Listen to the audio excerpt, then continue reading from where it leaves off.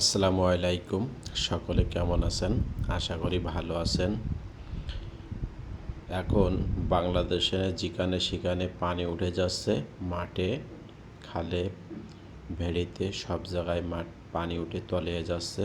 তলিয়ে যাওয়ার ফলে বিভিন্ন জায়গার সাপ পোকামাকড় বাড়ির দিকে ঠেলে উঠতেছে।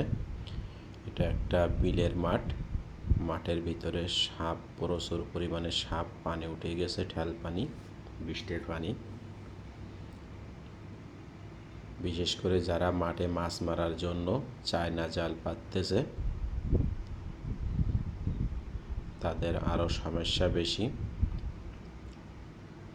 প্রচুর পরিমাণে সাপ এইভাবে দাঁড়িয়ে আছে।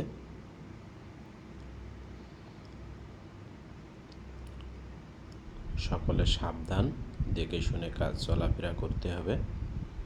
চায়না জালের ভিতরে এক গাদা সাপ ঢুকে গেছে, মাছ মারতে চায়না জাল পাতছিল। সম্পূর্ণ ভিডিও দেখার জন্য ধন্যবাদ।